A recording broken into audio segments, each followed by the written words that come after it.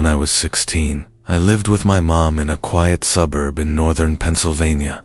People there liked to say nothing bad ever happened in our neighborhood.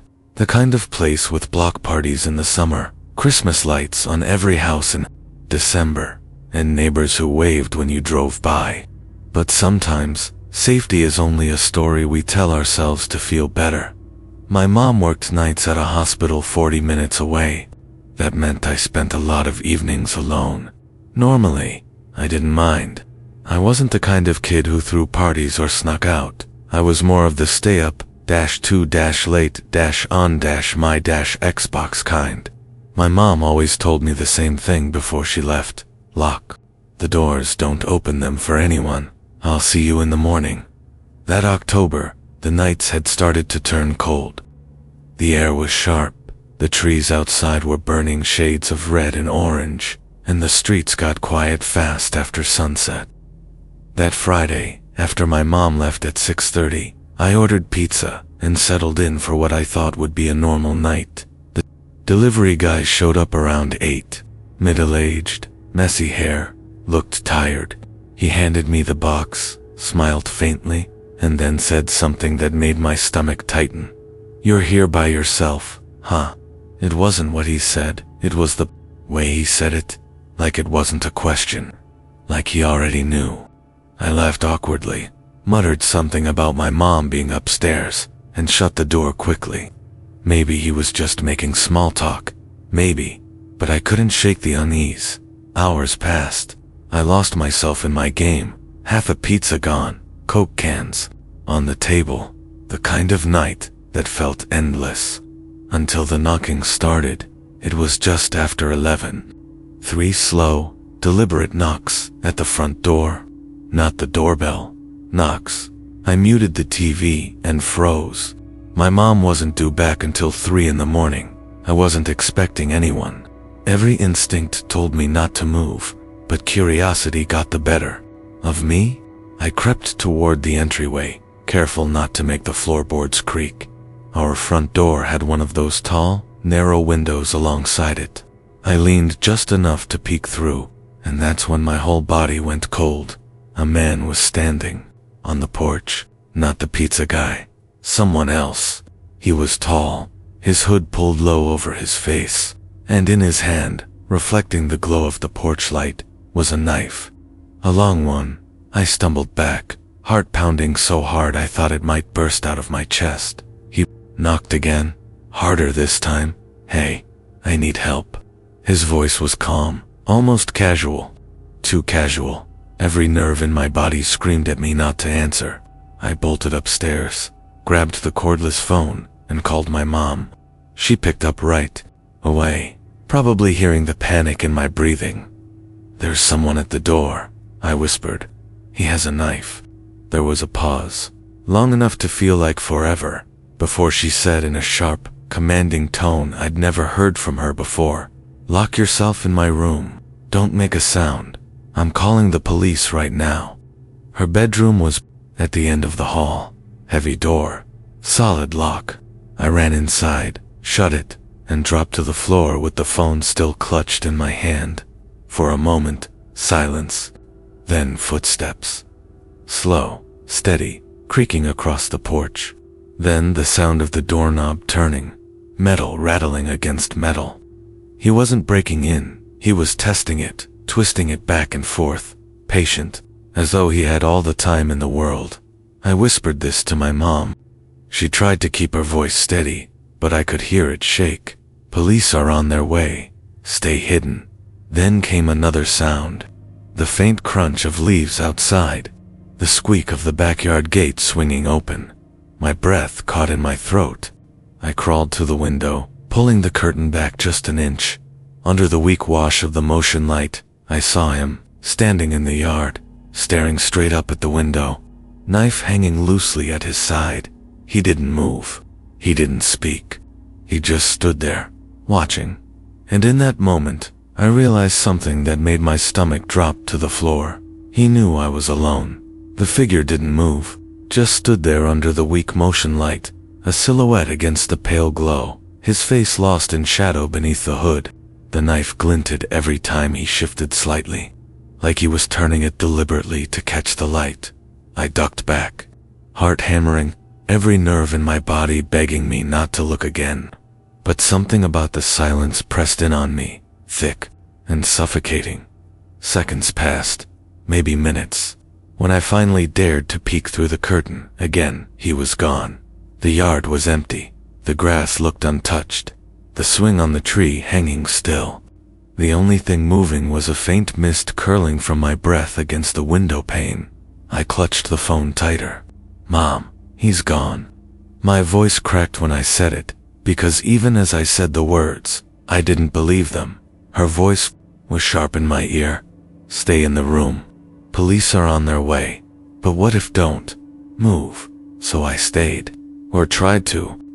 I sat there on the floor, curled into myself, listening for every creak, every shifting sound in the house. Time stretched painfully slow, the silence louder than any noise. Then the house sighed. That's the only way I can describe it. A subtle shift, like the weight of someone stepping where no one should be. The faintest groan of the floorboards. I stopped breathing. The sound had come from downstairs. "Mom," I whispered into the phone, "I think he's inside." The words didn't feel real coming out of my mouth, but the floor creaked again. Closer this time. Slow, careful. Someone was moving through the house, trying not to be heard. My mom's voice broke. "Stay quiet. Don't you dare open that door. They're almost there." The line crackled. For a second, I thought I'd lost her, but then I realized it wasn't the phone. It was footsteps, directly beneath me. Crossing the living room, then stopping. I pressed both hands over my mouth to stop from screaming. A long silence followed. Then, faintly, the scrape of something dragging across the floor, wood against wood. The sound traveled, slow and deliberate, toward the base of the stairs. My stomach lurched. The stairs groaned. One step, then another. He was coming up. I backed against the far wall, staring at the locked door, praying the sound would stop. But the steps continued, steady, unhurried. He was taking his time, like he wanted me to hear every single one. Halfway up the stairs, the phone slipped in my sweaty hands. It hit the floor with a soft thud. The noise echoed louder than it should have, and instantly, the footsteps stopped. The silence was worse than the sound. For a moment, I thought maybe he'd retreated, that he'd gone back down the stairs. Then came the sound that froze my blood. He ran his fingernail, or maybe the tip of the knife, along the wall outside. A slow, deliberate scratching that moved upward with each step. The kind of sound that makes your skin crawl, like it's happening inside your head instead of outside the door. Scrape, step, scrape, step. He was almost at the landing.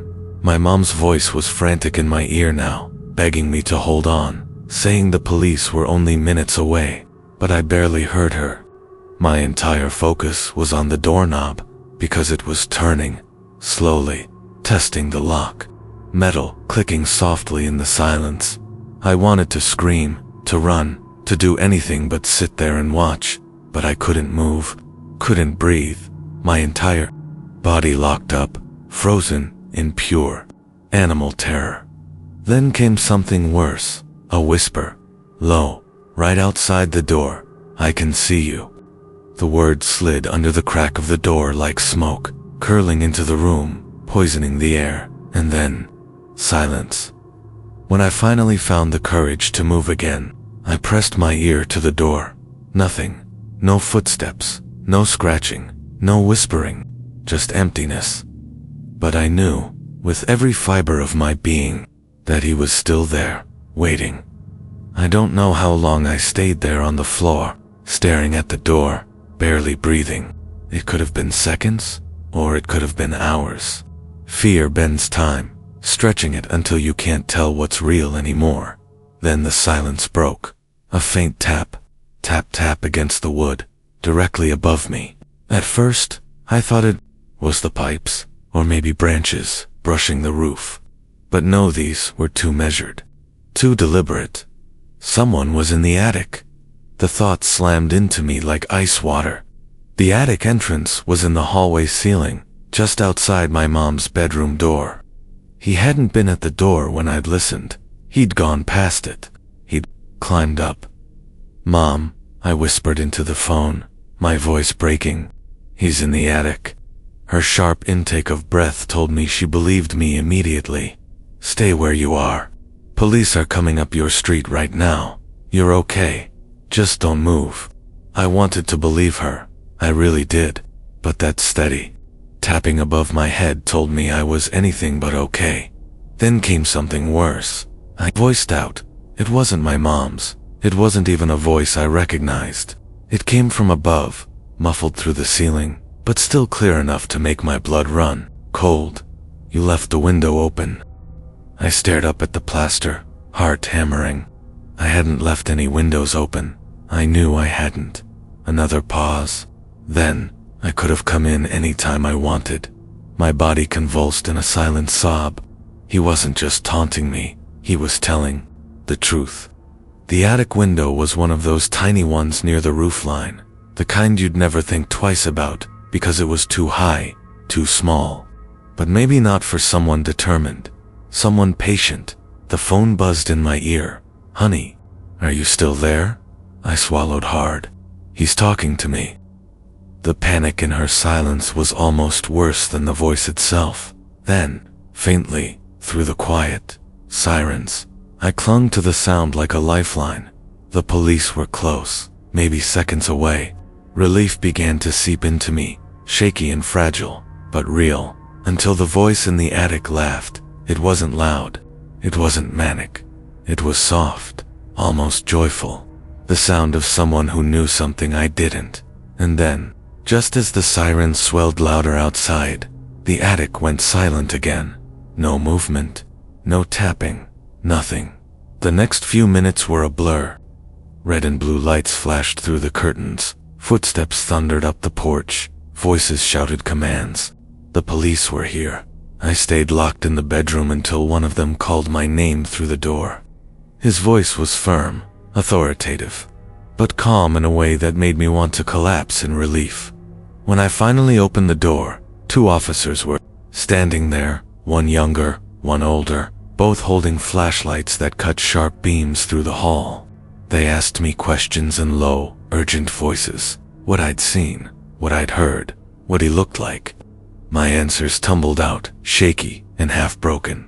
They swept the house, checked the locks, the windows, the basement, every room. Finally, they pulled down the attic ladder and went up together. I stood at the bottom, trembling, listening to their boots creak overhead. Then, silence. For a terrifying second, I thought maybe he'd gotten them, that they'd vanished into the same awful quiet that had stalked me all night. But then the older officer called down, "Clear, nothing up here. Nothing, no footprints, no sign of forced entry, no sign anyone had been there at all." When the officers came back down, I must have looked insane, wide-eyed, shaking, begging them to believe me. There was someone, I insisted. He was right outside the door.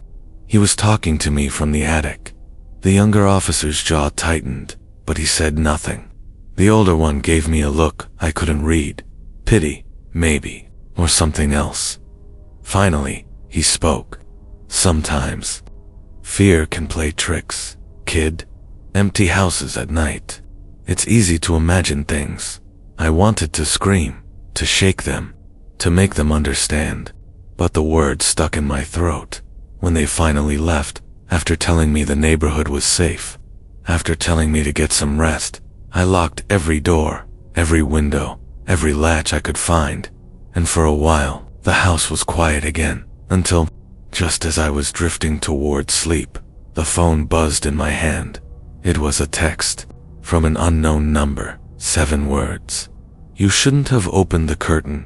The text burned on the screen, those 7 words pulsing like they had weight. "You shouldn't have opened the curtain." I stared at it until the letters blurred. My fingers shook so hard I nearly dropped the phone. For a second, I tried to convince myself it was a prank, some sick joke. But no one had been outside that window. No one but him. The number wasn't saved in my contacts. Area code unfamiliar. When I tried to call it back, the line went dead before it even rang. I threw the phone onto the bed like it was diseased and stumbled back toward the far wall, as if distance could protect me. My pulse was pounding in my ears, drowning out every other sound, and then, faintly, from outside, a knock. 3 sharp raps against glass. I whipped around to the window. The curtains were still drawn tight, but the sound had come from there. Slow, deliberate, knock, knock, knock. The phone buzzed again. Another text. I like this room better. The words hit me like a fist. He wasn't just outside. He knew exactly where I was standing. I didn't move, didn't breathe, just stared at the curtains, waiting for a shadow to pass, for the knife to gleam in the faint light. Nothing. When I finally found the courage, I crawled on my knees, low to the floor, and peeked out from the corner where the fabric didn't quite meet. The yard was empty, pitch black still, but the grass looked different, flattened, like someone had been standing there for a long time. Another buzz. You're slow. Look higher. My eyes snapped upward. For the briefest moment, I caught it. A pale face in the attic window, staring down at me. The same attic the police had cleared. The same one they'd sworn was empty. And then it was gone. I scrambled back, choking on a scream, fumbling for the phone. My mom's number. 911. Anyone. But my screen went black. The phone had died. Except, I knew it hadn't, because the glow of the screen flickered back on by itself. No logo, no boot up, just words. A message that shouldn't be there. Stop calling for help. The letters scrolled upward on their own, like someone else was typing directly onto my screen. They won't believe you. They never do. The phone buzzed once more, and then the screen cut to static, not frozen pixels, not a glitch, static, like an old television between channels. And through that static, faintly, came a sound, breathing, not mine, slow, rasping, too close. I dropped the phone. It hit the floor with a crack and went dark. Again, finally lifeless. The silence returned, but it wasn't comforting anymore. It was heavy, expectant, like the house itself was holding its breath. I backed toward the bed, shaking so violently my teeth rattled. For a moment, I thought maybe I could hide under the blankets like a child. Pretend it wasn't happening. Pretend. None of it was real then. I saw it in the reflection of the bedroom mirror across from me. A shape, tall, lean, standing in the corner of the room where the shadows pooled thickest, watching me. I didn't want to look. Every instinct screamed at me not to pretend I hadn't seen what was reflected in the mirror. But the human mind is cruel. It drags you toward the very thing you're most terrified of. I turned my head. The corner was empty. No figure, no face, just a dark void where the lamplight didn't reach. I let out a shaky breath I hadn't realized I was holding, my whole body sagging with relief. But that relief lasted only a heartbeat, because when I glanced back at the mirror, he was still there, same place, same silhouette, perfectly still. Watching me. The air left my lungs in a choking gasp. I staggered backward, my hand brushing the doorknob, but it felt like touching fire.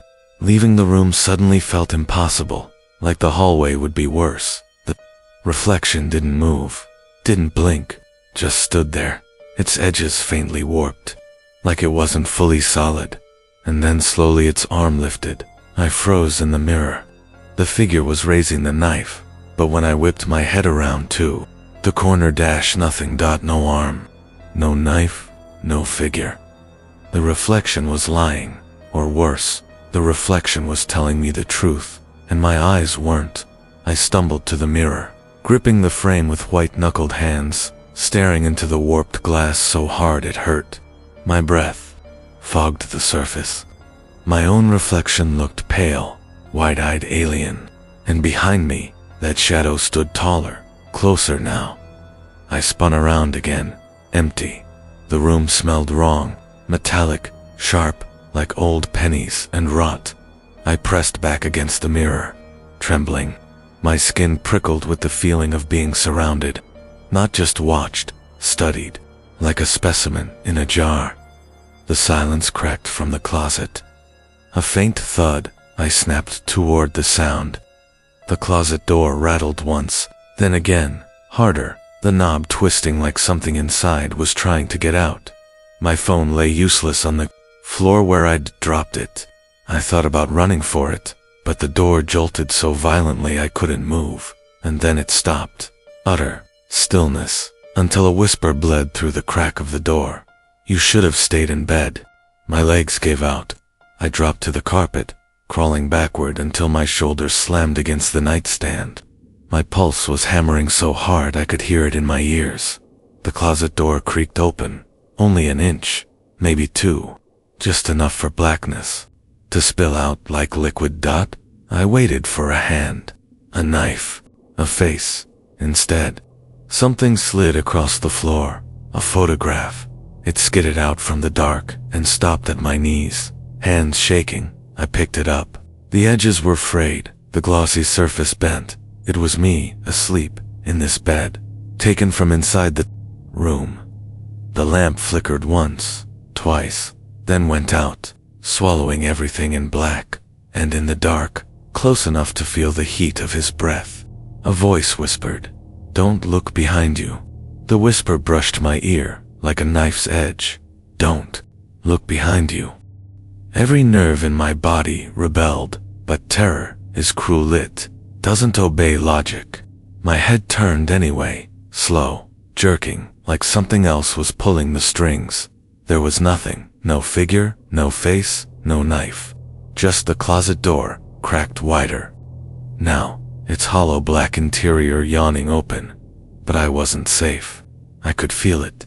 My skin crawled with static. My breath fogged in the air, though the room wasn't cold. Then the carpet shifted. Not a sound, not a creak, an actual shift, like something heavy had pressed into it right behind me. I spun around, but too late. Hands cold, rough, claw-like fingers clamped around my throat and dragged me backward into the dark. My scream strangled into a choking rasp as my heels scraped against the floor. The closet swallowed me whole. I kicked, clawed, thrashed against that grip, but he was strong, inhumanly strong. My fingernails tore against skin, but he didn't even grunt. He just pulled me deeper into the suffocating black, until the door slammed shut behind us. Pitch black, airless. The stench hit me first. Mold, damp wood, something rotting. My hands clawed blindly, but all I felt was wall, no escape. His breath hissed in my ear. "You kept me waiting." I lashed out, my elbow connecting with something solid. A grunt, this time low, guttural, but the grip didn't break. His hand pressed harder, crushing my windpipe, and stars burst in my vision. Desperate, I reached down and grabbed the first thing my fingers touched, a hanger, thin metal, sharp at the hook. With the last of my strength, I swung upward, jamming it blindly into the dark. A scream tore the air. Animal. The hand ripped from my throat. I collapsed onto the floor, gasping, coughing, dragging air into my lungs like I'd been drowning. The darkness shifted. Something thrashed against the walls, shaking the entire closet. Clothes hangers snapped. Wood splintered. His breathing grew ragged, furious. I scrambled forward, fingers clawing at the door. It wouldn't budge. Behind me, something scraped across the floorboards. Slow, deliberate. He wasn't down. I threw my weight against the door. Again it groaned, resisted, then finally burst open, spilling me back into the bedroom. I tumbled onto the carpet, coughing, vision swimming, and then I saw the photograph. It wasn't just one anymore.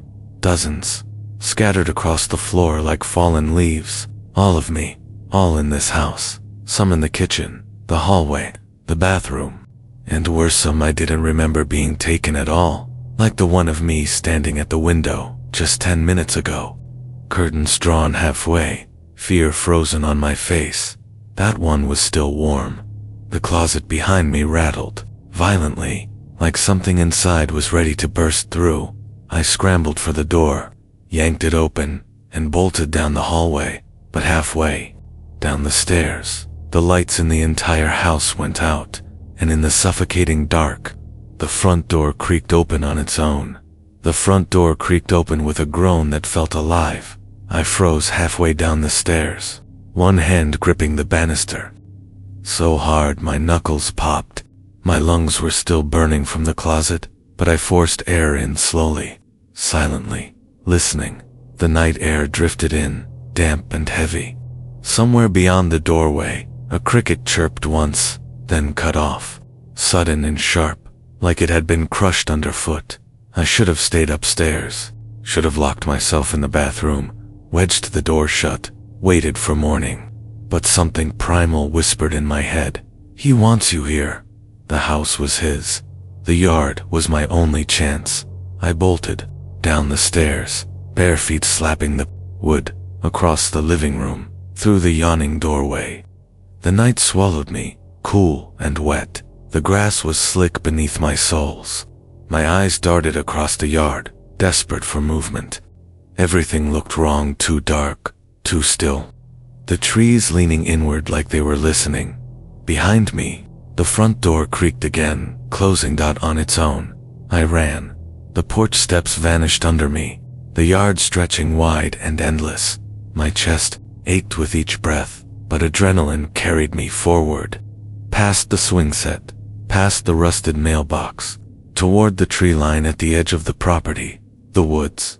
Every horror movie told me not to, but the open yard felt worse. Too exposed. Too easy for him to watch. The trees promised cover. I reached them and plunged into their shadows.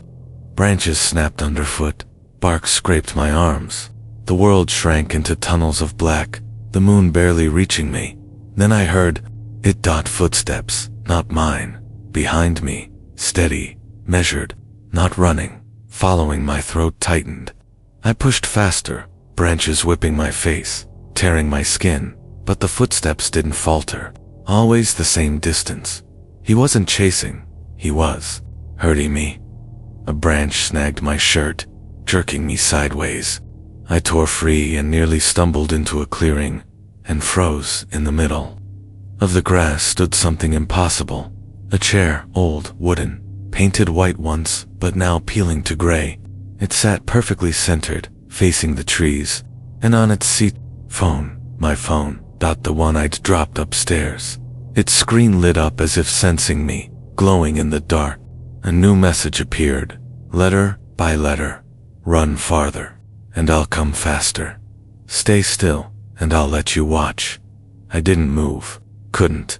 My pulse thundered in my ears so loudly, I almost didn't hear it. A laugh, low, deep, coming from somewhere close, not behind me. Above me, I lifted my eyes to the branches overhead, and there he was, perched like an animal, crouched on the limb, knife glinting in the weak moonlight. His face was pale, stretched into a grin too wide, too still, waiting, watching, as if the whole night had been nothing but a game. He crouched in the tree like he had grown there, a grotesque knot in the branches, smiling down at me with a stillness that was worse than movement. I staggered backward, eyes locked on him, every muscle screaming to run, but I couldn't, not yet. If I bolted, he would drop.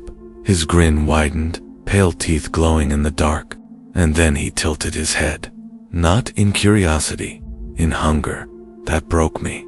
I spun and sprinted deeper into the woods.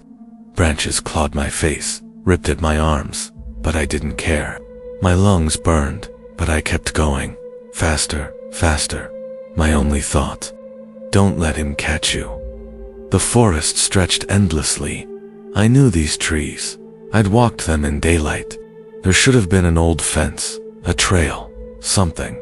But no matter how far I ran, the same trunks pressed in around me, the same shadows, shifted just out of reach, and the footsteps were still there, always behind me, not rushing, not stumbling, just steady, like he didn't need to chase, like he knew I wasn't escaping.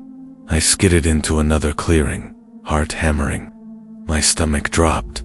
The chair, the same rotting wooden chair, same spot in the grass, same phone on the seat. I had circled back, but that was impossible. I had been running in a straight line. I grabbed the phone this time, desperate. The screen lit up instantly, white-blue glow washing over my trembling hands. A new message was already waiting. "You can't leave." The phone buzzed. Another message, "There is no outside."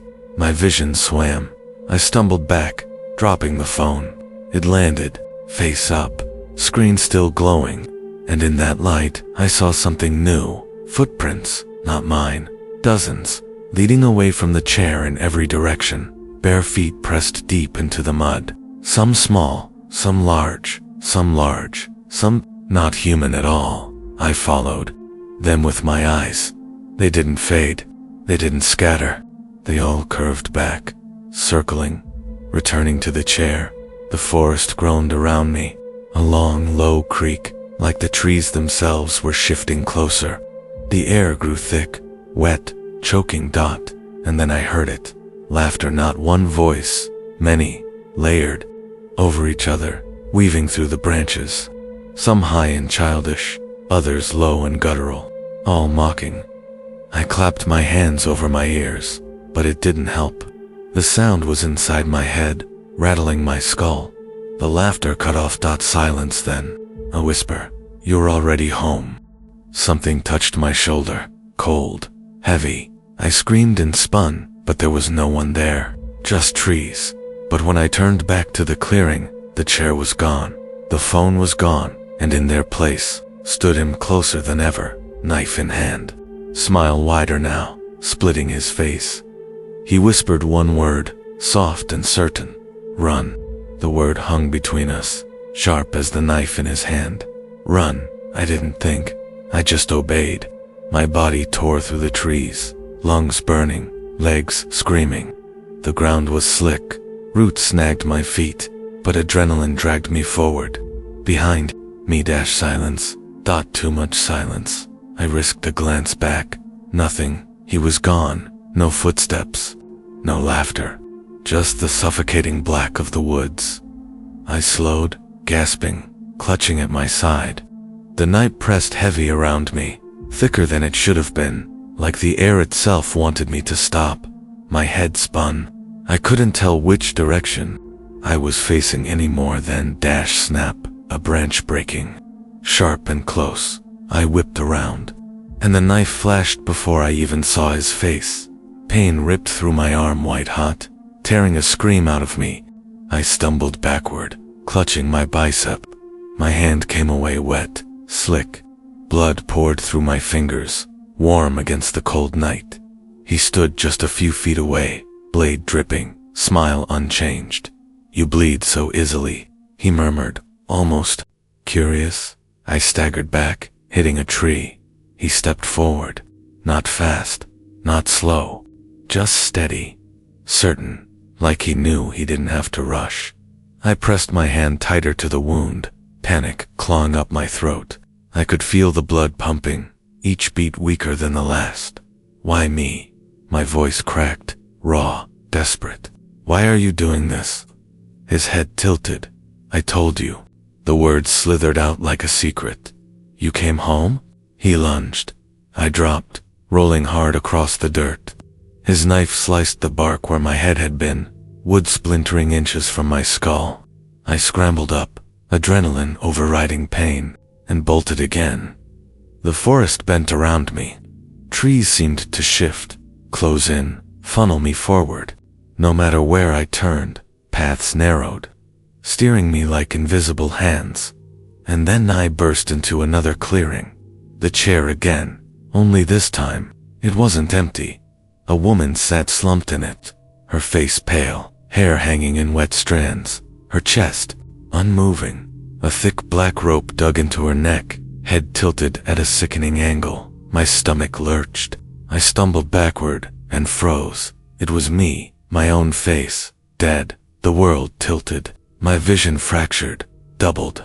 For a moment, I couldn't tell which one of us was real.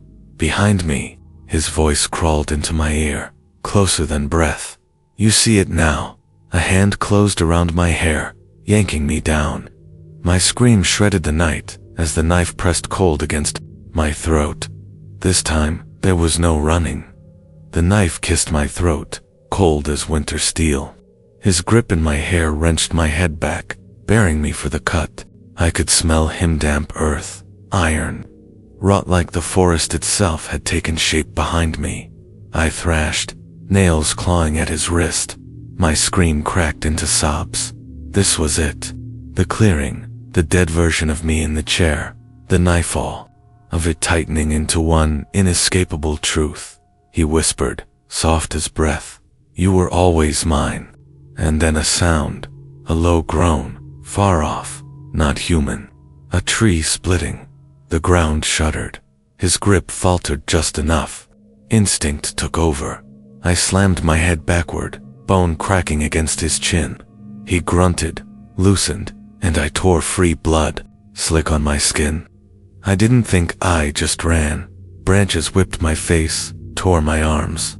My wounds screamed, every heartbeat weaker, but terror pushed me farther than my body should have gone. I ran until the forest broke apart, and I stumbled onto asphalt. The road, the old county road, empty under the moon. I collapsed to my knees, sobbing, hysterical, clawing at the dirt and gravel. I was out, alive. Headlights flared in the distance. A car, salvation. I staggered upright, waving my arms, blood dripping down my elbow, throat raw from screaming. The car slowed, tires crunching gravel, blinding light washing over me. I screamed again, begged, "Please, help me." The driver's door opened. Boots hit the road. Relief shattered into horror. It was him, the same silhouette, the same steady steps, like he had been driving this road forever, just waiting for me to crawl into it. I backed away, choking. On sobs, the woods loomed behind me, black and endless. His smile gleamed in the headlights, knife still in his hand. "There is no outside," he said. The lights went out. Darkness swallowed me whole. When I opened my eyes, I was sitting in the chair, hands tied, blood crusted on my arm. The forest around me quiet, waiting, and across from me another woman, slumped in another chair, rope biting into her neck. Her face lifted slowly, groaning with effort, until her eyes met mine. It was me, again, still dead, still waiting. I screamed until my voice tore itself apart, but no sound escaped the trees. No sound ever left this place, because he was right. There was no outside. There never had been.